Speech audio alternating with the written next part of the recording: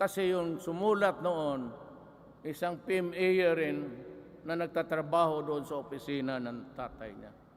At ang nanay niya, contract yan sa Philippine Navy. Sino ang taga-Philippine Navy dito? Sabihin ninyo sa mga tao, sinong nakakumahawak ng mga contract. Ay, mga ako. Isang sundalo ka lang, mga anak mo kung saan nag-aral.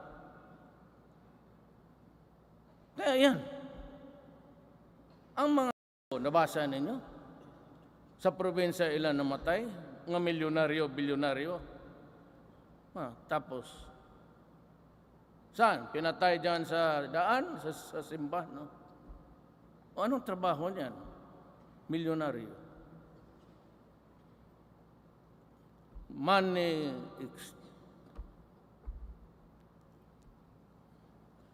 ganon ka karaming pera. Mga Lamborghini ka, tapos Mercedes-Benz. Ang negosyo mo ganon. Hindi ako naiinggit. Alam mo,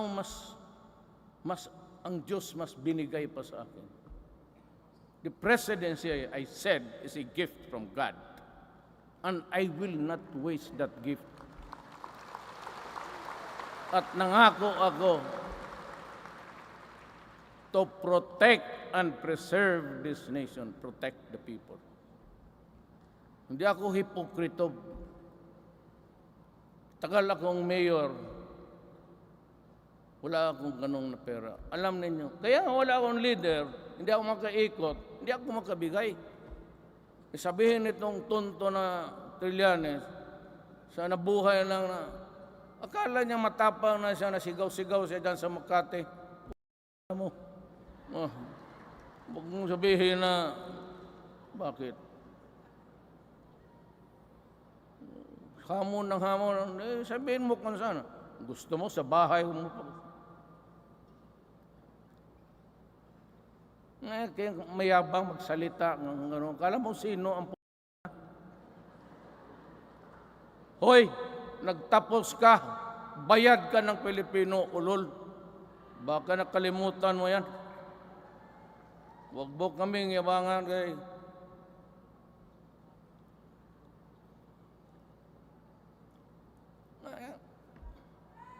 mayayaman. Ang mga anak nila nag-aaral sa Switzerland, San Francisco. Tapos believe ka na mayaman itong buwang nito. Mag-text kung saan-saan, sa snow. Anong kapital nila? Kaluluwa ng Pilipino. Kaya, hindi man kayo naniwala, di pasensya. Yung hindi naniwala, akala kasi nila bulador ako. Doon sa Mindanao, walang bulahan. Pag sinabi yung bumunot ka talaga kayo. Papatayin ka ng mga muro sa likod mo. Yan, oh.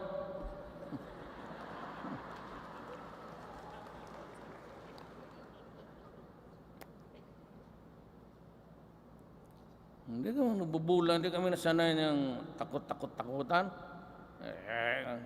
Araw-araw. Pero sabihin ko ang katangian, bakit namin gusto si Dong Mangulo. Kaya sabihin ko maya. Alam mo, wala akong pinangako. Drug, criminality, ibaba ko. 47% ang dive ng krimen dito.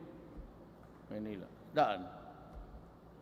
Sabi ko sa kanila bato, isauli ninyo yung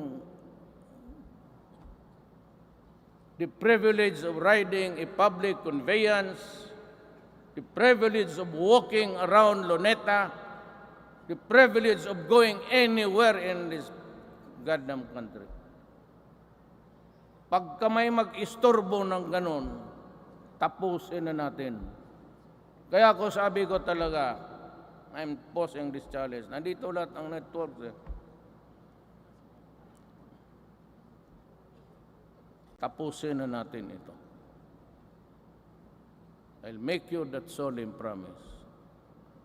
Kung paabutin ako ng Diyos, 3 years from now.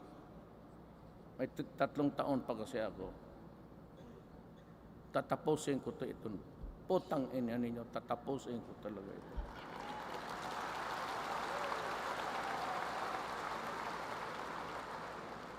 Totoo yan. Kayong lahat na hindi pa nakaumpisa, kayong mga bata, lumayo kayo. Kasi para kang sumakay dito sa Manila, papunta ka ng Laguna. Pagdating mo dito, yung biyahe mo sa droga, patay ka talaga. Kung taga Laguna ka, patay ka. Along the way, mahabang biyahe yan, may upo yan sa likod. Ano naman kadali? Madali magbunta ng droga. Madali rin pumatay. Same. Ganon ang karma eh. Never. Huwag mong gawain sa bayan. Kayo pang hindi nag-uumpisa, kayong naka-umpisa, trap. Kayong nag-uumpisa, mag-ano kayong, you will, yung withdrawal. Kung kaya ninyo, gawin na ninyo. Mga anak ng mayaman, sabihin nila, bakit si Duterte pinapatay yung mga mahirap? Mga ulol, hindi ganyan yung pinag-aralan. Because you never really studied seriously how far the problem is. Ang shabu is a commodity taken by the poor. Kaya ang barilan, dyan sa mga slum area, the blighted areas, hindi ako magdadalawang isip. Galing rin ako sa mahirap. Galing ako kaya hindi, huwag din nyo akong bullshitin dyan. Galing ako sa mahirap.